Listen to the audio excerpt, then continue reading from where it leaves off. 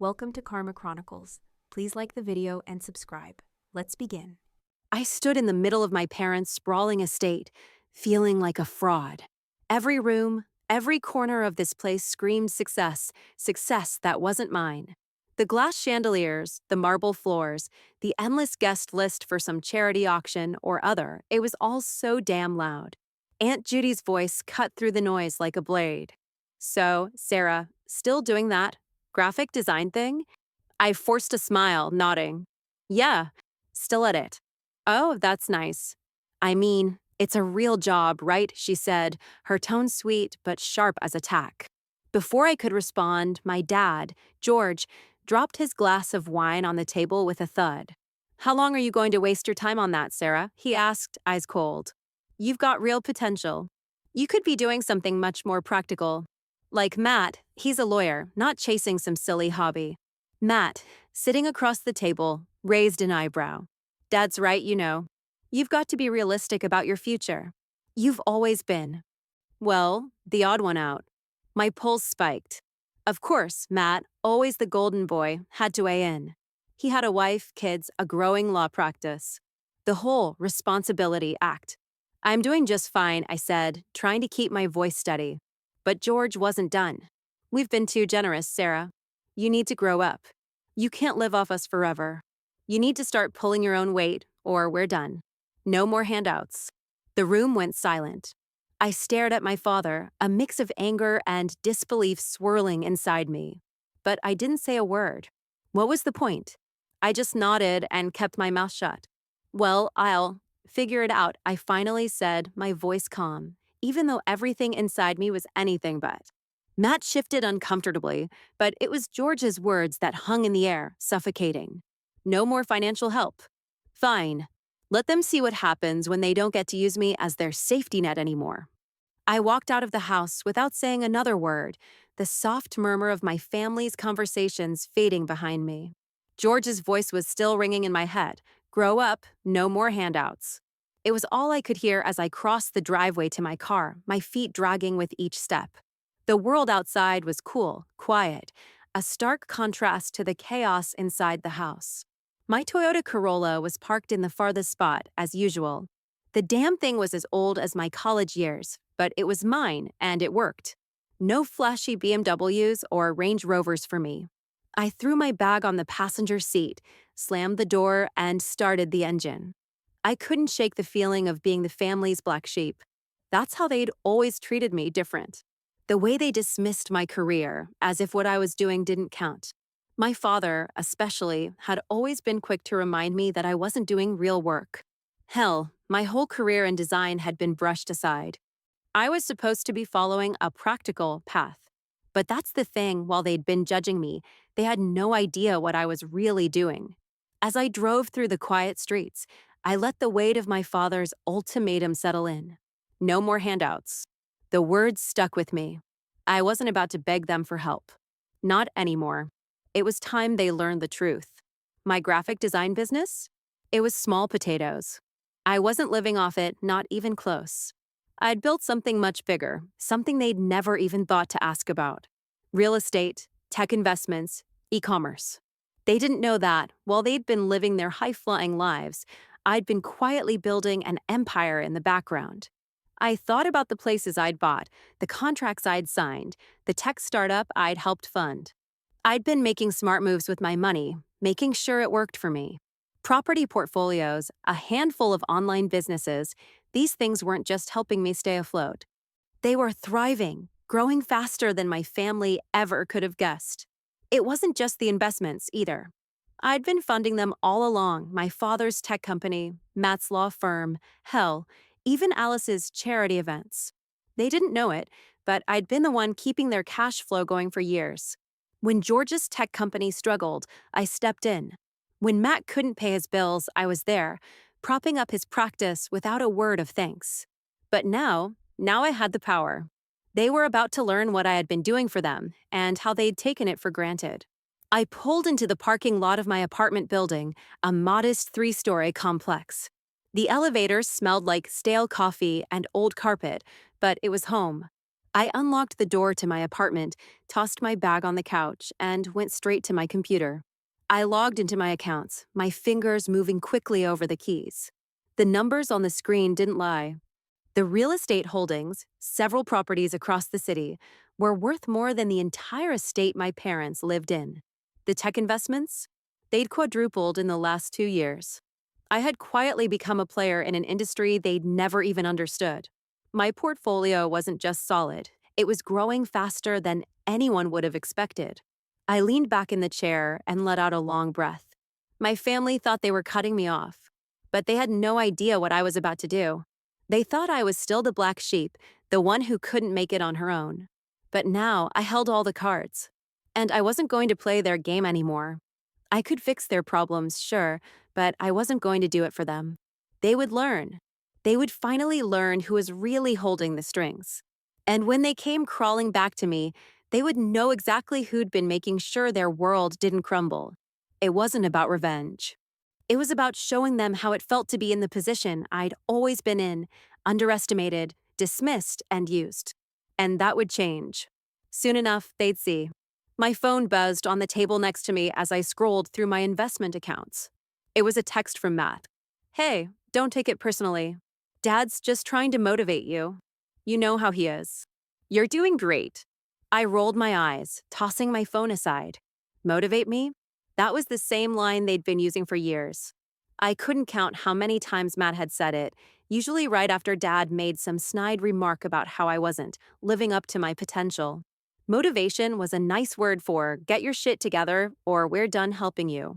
I picked up the phone again and typed back, forcing a smile as I did. Thanks, Matt. I know. I just need to figure things out. I'll be fine. That was enough to keep him off my back. He didn't need to know anything more. I wasn't about to let him or anyone else know the truth about how I was doing just fine, probably better than any of them. With a deep breath, I refocused on the task at hand. I opened up my business accounts, the ones that no one knew about. My fingers hovered over the keyboard for a second, but I knew what I needed to see. The figures on the screen were a stark contrast to the life they assumed I was living. My graphic design work? A drop in the ocean compared to the rest of it. I glanced at my real estate portfolio first. There were 4 properties now, all in prime locations. The numbers were solid rental income, capital appreciation. It wasn't just some side hustle, it was a business. I'd been flipping properties here and there for years. They had no idea how much money I was pulling in from this. Next, I checked my tech startup. It had been a risk when I first got involved, but the payoff had been more than worth it. Software development, data management, and now a small but steadily growing client base. It wasn't huge, but it was thriving. And the best part? My dad would never look at me and see someone building a tech company. To him, I was still the creative kid who couldn't keep a steady job. I shifted to my e-commerce websites. 4 of them now, each specializing in different niches, tech gadgets, fashion, home goods. I'd started small, but those sites were pulling in a decent amount of passive income now. They were growing, and every time I refreshed the analytics page, I saw the numbers climb higher. It wasn't just that I was making money. I had a strategy. I'd built all this from scratch, not relying on anyone. Certainly not my family.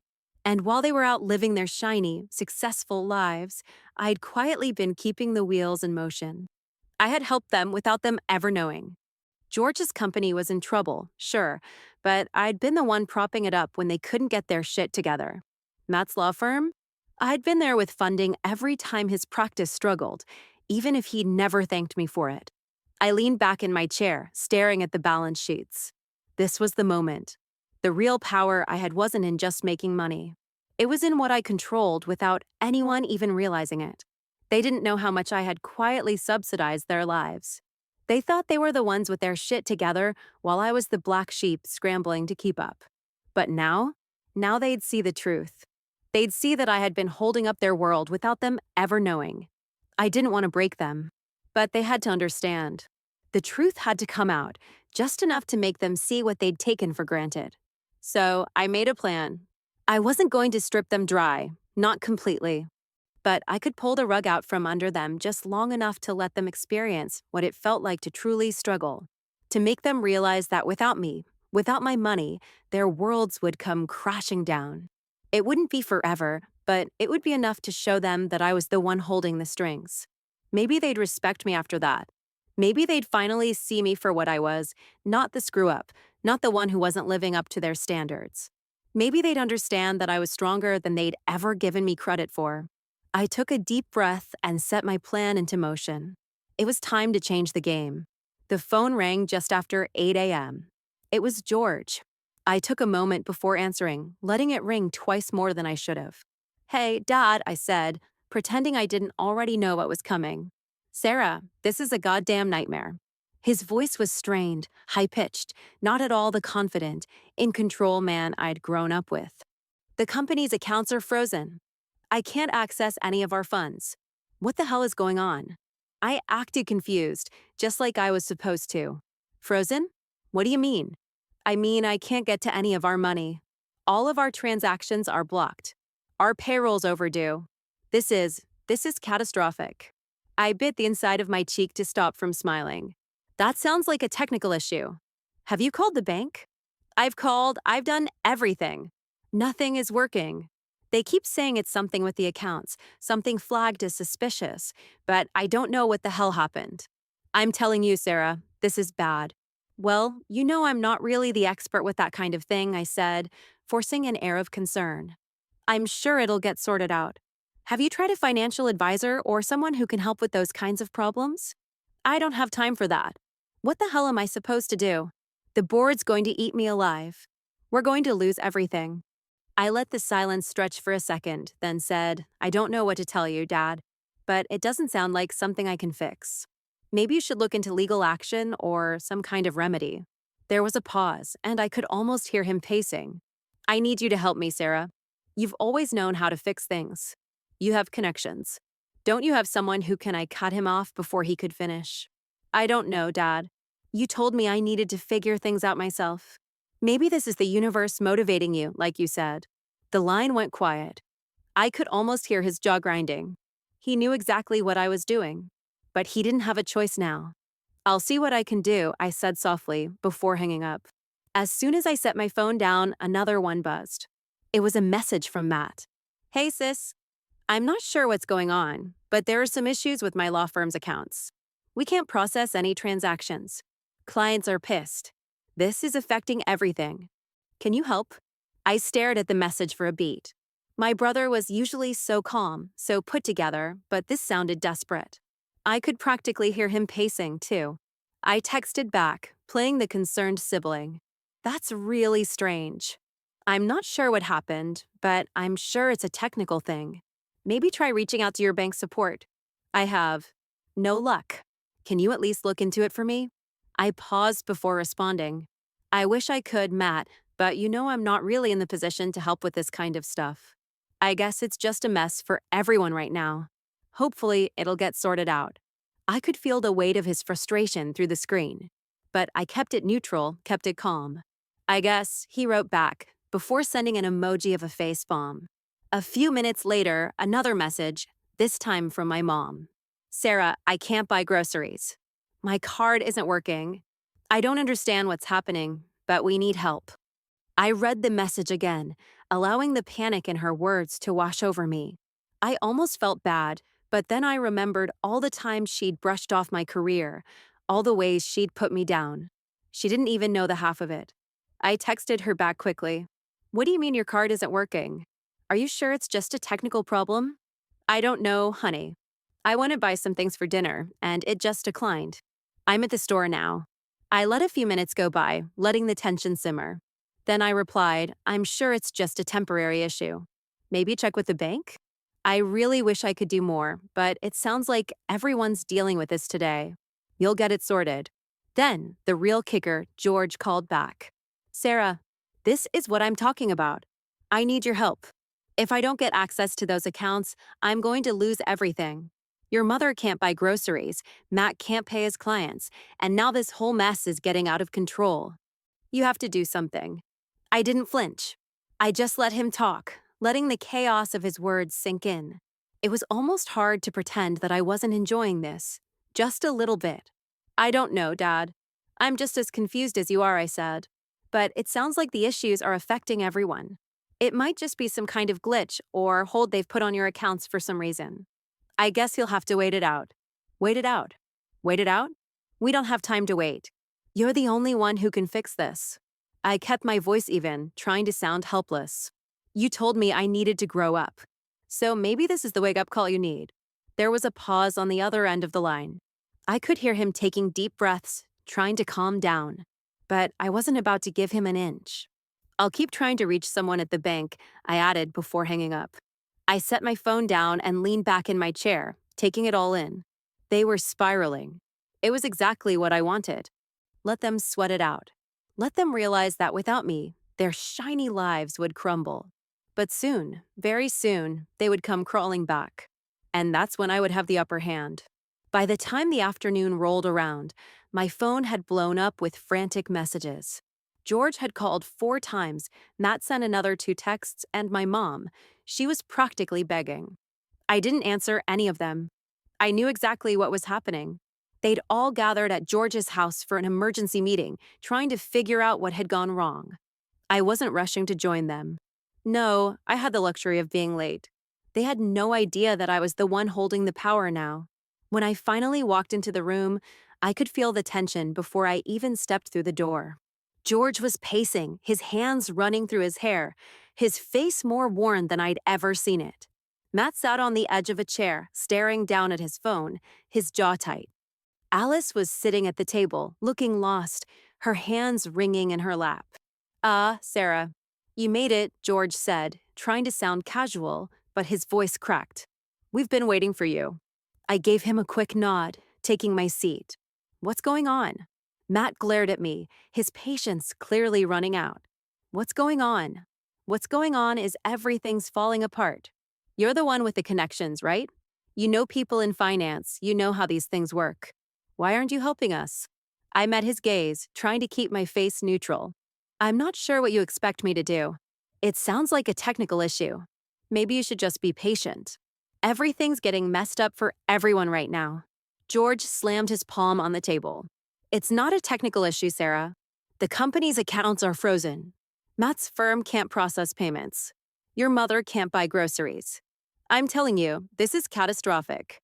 I sighed, leaning back in my chair, still calm. I know it's bad, but flipping out like this isn't going to help. Let me look into it. I'll see if I can figure something out. Look into it? Matt snapped, his voice rising. You're not exactly in a position to look into anything. You've always been the one to avoid dealing with the real shit. You're the one who's been sitting pretty, doing your design thing, while we've been working our asses off. The words hit harder than I expected, but I kept it together. I don't see how that's relevant right now, Matt. We're all in this mess together. If anyone can fix this, I'm sure it's going to take a lot more than just me showing up with a magic solution. We're going to have to work through it. But you do have the answers, don't you? Matt shot back, his tone bitter. You've always had the answers when it came to our problems, right? I didn't let the anger show, even though his words stung. I'm not sure what you want me to say. I'm doing the best I can. Alice, who had been silent up until now, looked between Matt and me, her eyes wide. You're not getting involved in this? Sarah, we need your help. I saw the panic in her eyes, but I wasn't about to bend. I'm doing what I can, but I'm not going to just rush in and fix everything for you. You're all adults. You need to start handling your own problems, not waiting for me to swoop in. George clenched his fists, his face turning red. You have to help, Sarah. You're the only one who understands this stuff. You've been helping us for years, and now you want to act like you can't? What the hell is going on with you? I could feel the weight of their expectation, their desperation pressing on me. But I stayed calm, my voice cool. I'll look into it. But it might take a little while to sort everything out. I stood up to leave, not waiting for any more responses. The room was thick with frustration, and they all watched me as I walked toward the door. You'll get it figured out, right? Matt called after me. Of course, I said, without looking back. I'll keep you posted. As soon as I was out the door, I let out a slow breath. The weight of their stares, the way they relied on me, expected me to help, had been suffocating. but I wasn't about to be their savior anymore. They'd need to learn how to solve their own problems. Back in my apartment, I sat at my desk and opened my accounts again. The numbers hadn't changed. Everything was still under my control. Every property, every investment, every dollar.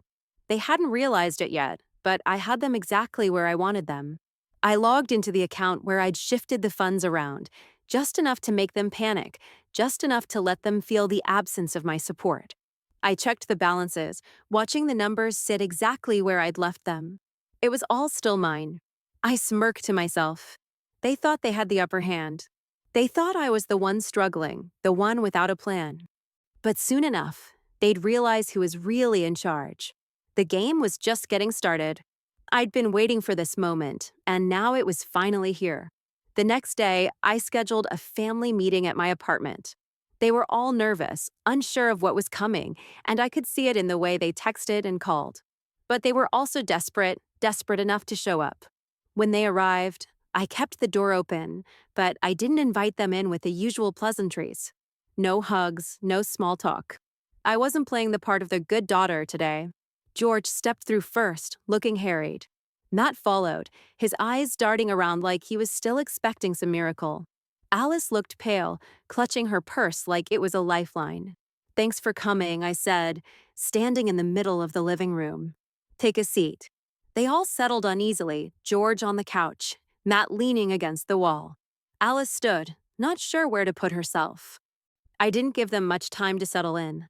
"I know you've all been dealing with the mess I caused," I started, letting the words hang in the air a little longer than necessary. "But it's time you knew the truth." I pulled up my laptop and projected the screen onto the wall. Their eyes flicked to the images as the real estate portfolio loaded first. I clicked through each property one by one, showing the addresses, the market values, the income I'd been making off of them. Matt crossed his arms. "What is this? You've been buying up property? Why the hell didn't you tell us?" I didn't answer immediately. I clicked to the next screen, bringing up the documents from my tech startup, contracts, equity stakes, and projected growth charts. A company they never even knew existed. "You've been doing this on the side?" George's voice was barely a whisper. I could tell the pieces were starting to fall into place for him. "I've been doing this for the last 3 years," I said. "But it's not just real estate. It's more than that. I've been supporting you all." I opened a folder of bank statements showing exact amounts that I'd wired over to George's company during tough months. Then I flipped to Matt's law firm's transactions, money I'd transferred to cover overhead when the firm was struggling to make payroll. Every dollar had my name on it. I showed them property deeds, business agreements, and contracts, each one tied directly to me. "Wait, you're saying all this time?" Matt started, his words trailing off. He ran his hand through his hair, clearly processing the documents that had been laid bare in front of him. "You've been bailing us out?" "Every single time you needed it," I said calmly. "Without you ever knowing." George's face went from red to ashen. His eyes darted over the papers, his expression flipping between disbelief and anger. "How long have you been doing this?" he demanded, his voice rough. 3 years, I repeated. 3 years of keeping your tech company from crashing. 3 years of propping up Matt's firm. You've never known how close you've come to losing everything." Alice finally spoke, her voice trembling. "But why didn't you tell us? Why didn't you just ask for help?" I took a breath, letting the silence settle. "Because you don't see me as someone who can help. You see me as the one who's always falling short, the one who hasn't measured up to your standards. I was never the right kind of success in your eyes." George stood up suddenly, pacing the small space, muttering under his breath. "This is insane. This can't be happening. How could you let this go on without saying a word?" "Because I knew what you'd do if I told you. You'd think I was trying to take credit for what you've built, and you'd never let me in. You would have shut me out completely," I said, leaning forward. "I wasn't going to let that happen." Matt finally uncrossed his arms, running his hands over his face in frustration. "So you've been quietly pulling the strings behind all of us? And now you want us to just, what?" "Accept this." I let the tension sit between us before answering. "I'm not asking you to accept it. I'm asking you to understand that you've been dependent on me this whole time. You've been using my money, my investments, without even realizing it. And now you have two options. They all turned to look at me, waiting. Option one, you keep living the way you have, thinking that you're the ones in control. You keep using me to fill the gaps, relying on me to clean up the messes you make. But nothing changes. You'll keep treating me like the failure you've always thought I was while I carry your weight on my shoulders. I let the words hang there, heavy and loaded. Option two, you work with me. You stop pretending that everything you've built is self-made. We work together to rebuild your businesses for real, not on borrowed time. You respect the fact that I've been the one keeping things together, and that means you listen to me. You stop treating me like I'm the black sheep, and we make things right. George's jaw clenched. You're asking us to work with you? After all this, I'm not asking you to do anything, I said flatly. I'm giving you the choice. I'll help you rebuild, but it's going to be on my terms. You want to do this the right way, or you want to keep living in the illusion that you've done it all on your own. There was a long silence. George sat back down, his face pinched, looking like he'd just been slapped. Matt seemed to shrink into the corner of the room, unable to meet my eyes. Alice stood frozen, her mouth open in shock. Let us think about it, George finally muttered, his voice hoarse. I nodded. Take your time, but I'll be waiting for your answer. With that, I let them leave without saying another word. As soon as the door closed behind them, I sank into the couch, letting out a breath I hadn't realized I was holding. They'd seen the truth, and now the real work was about to begin. The next morning, I didn't hear from them. Not at first. I had expected the calls, the texts, the pleading. But instead, there was silence. By noon, I got a message from Matt. Can we meet? It said. Simple. Direct. No, sorry, or what the hell attached. I knew what it meant. I agreed to meet them at George's place. It wasn't the same as last time, no formality, no trying to act like everything was normal. This was different. This was them coming to terms with the truth.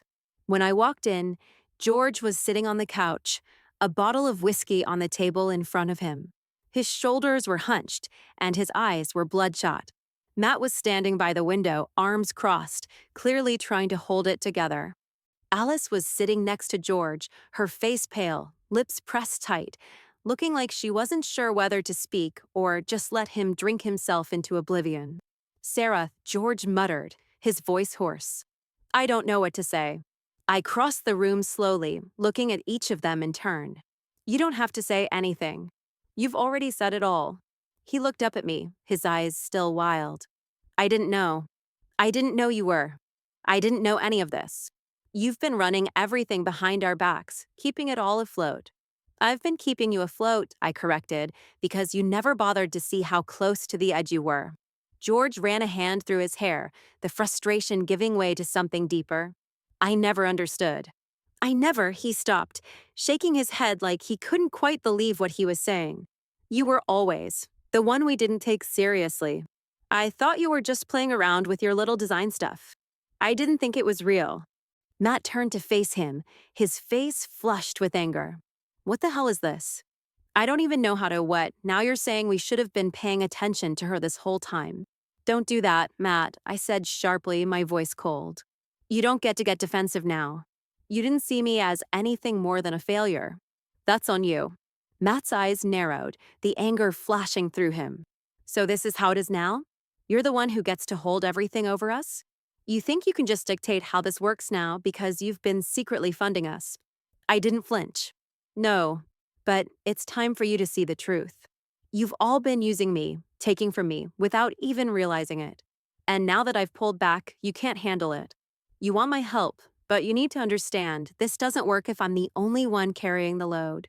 George finally spoke, his voice barely above a whisper. What are you asking for, Sarah? What do you want from us? I paused for a moment, letting the silence settle in. I'm not asking for anything. I'm offering you a chance to stop depending on me. You've had everything handed to you for so long, and it's made you weak. You've been treating me like I don't belong, but now I'm offering you two options. Two options. Alice whispered, her eyes wide. Yeah, option one, I said, looking each of them in the eye. You keep living the way you have. You'll keep running on borrowed time, keep pretending that everything's fine as long as I'm here to catch you when you fall. but you'll never respect me and you'll keep running things into the ground. And the second option? Matt asked, his tone more cautious now, but still defensive. Option two, I said, leaning forward slightly. You work with me. We rebuild your businesses together. Not on my terms, not on your terms. On our terms. But here's the catch. You've got to stop relying on me to fix things. I'm not going to be your backup anymore. No more handouts. You pull your weight, and we build this thing up the right way. George sat there, silent. He was thinking, processing. Matt still hadn't fully absorbed what I was offering, but his anger had cooled. I could see the way he shifted his stance, like he was starting to realize how much had been taken from me. What do you say? I asked, my voice steady, unwavering. After a long pause, George spoke, his voice raw. I don't know what to say, but I'm willing to try. We've always treated you like you didn't matter. I didn't know how wrong I was. Matt looked between us, his expression torn. And what? You just think we're supposed to snap to it and start working for ourselves? Yeah, that's exactly what I'm saying, I replied. You've had the resources, the opportunity. It's time you take some responsibility for your own shit. If we're going to make this work, it's going to be because we all put in the effort. Not because I'm carrying the weight for you. Alice finally spoke, her voice trembling. I don't know if we're ready for this, but we'll try. We'll try. I let the words sit for a second, making them feel the weight of what they were agreeing to. Finally, I nodded. Good. That's all I'm asking for. It wasn't perfect. It wasn't some magical reconciliation. But it was a start. They'd agreed, reluctantly, sure, but they'd agreed to work with me. And for the first time, I felt like they might actually start seeing me for what I was. Not the failure they'd always thought, but the one with the power to change everything. Now, it was time to see if they could live up to it. We met at my apartment again, this time with a different tone. It wasn't about confrontation anymore. It was about moving forward. The tension was still there, thick, but it wasn't as suffocating. I could see George was actually listening now, like he was ready to take the first step. Matt, on the other hand, still looked like a man forced to swallow something bitter. And Alice? She was quieter than usual, but there was a shift in her, something that made me think she was starting to understand. I pulled up my plan on the projector, letting them see the breakdown of what I had in mind. I'm not here to do everything for you, I started, keeping my voice level. This isn't about me swooping in and saving the day. You're going to have to do the work. But I'll guide you through it. We're going to rebuild your businesses, but this is a partnership. No more handouts. I clicked through to George's tech company first. Here's where we start. Your brand is outdated. Your product is fine, but you've let the marketing slip. The company image is stale. I've been looking at your numbers, and you're not reaching nearly as many potential customers as you should be. The first step is rebranding. Nat scoffed, his arms crossed. Rebranding? This is some bullshit. We've been in business for decades. You're the one who wants to change everything. I don't need some flashy new image. Our customers know who we are. I turned to him, not giving in. That's the problem, Matt. You're not reaching new customers. You're stuck with the same group of people who've been loyal for years. You need a fresh look, fresh messaging. Your brand isn't just outdated, it's invisible. If you don't catch up, you're going to get left behind. Matt opened his mouth to argue, but George cut him off. She's right, Matt. The market's changed. We've been too slow to adapt. Matt glared at the screen, obviously irritated, but he didn't argue further. George, I continued, we're going to focus on a complete rebranding. We'll start by developing a new logo, new website, and social media presence. We'll also implement a customer feedback loop so you can stay ahead of the curve. You can keep your loyal customers, but we need to bring in new blood. It's going to take time, but you can't keep pretending everything's fine when it's not. George nodded, the weight of it sinking in. Okay, what's next?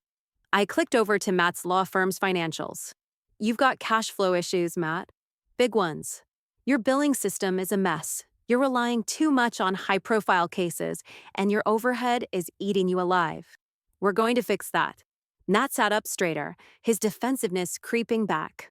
I'm not some rookie, Sarah. I've been managing my firm for years. I don't need someone telling me how to run my business. I didn't flinch.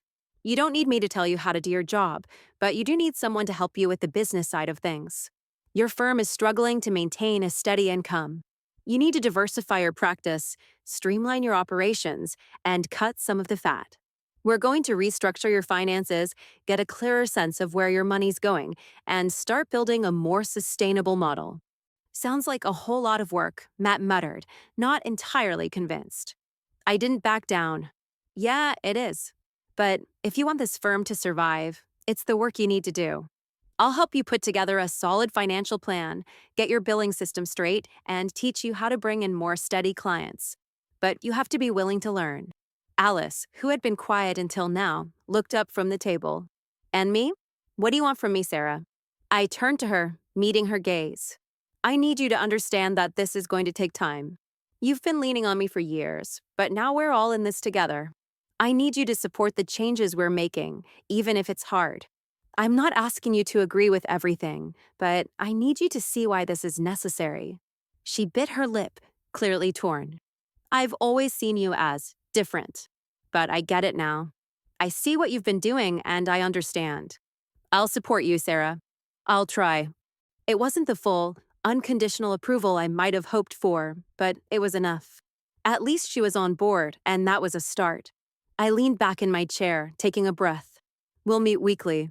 I'll walk you through each step, rebranding, restructuring the works. You'll need to make some tough decisions, and you'll need to stick to the plan. If you back out, or if you start falling into old habits, this won't work. George nodded slowly. We're ready, Sarah. We'll do it your way. Matt still wasn't happy, but he stopped complaining. He crossed his arms and sat back, clearly not thrilled about it, but I could see the wheels turning in his head. Maybe he was starting to understand. We'll check in every week, I said, looking at each of them in turn. You'll do your part, I'll do mine, and we'll keep this thing moving. No more excuses. No more relying on me to fix it. There was a long pause before George finally spoke again. All right, let's do it. Together.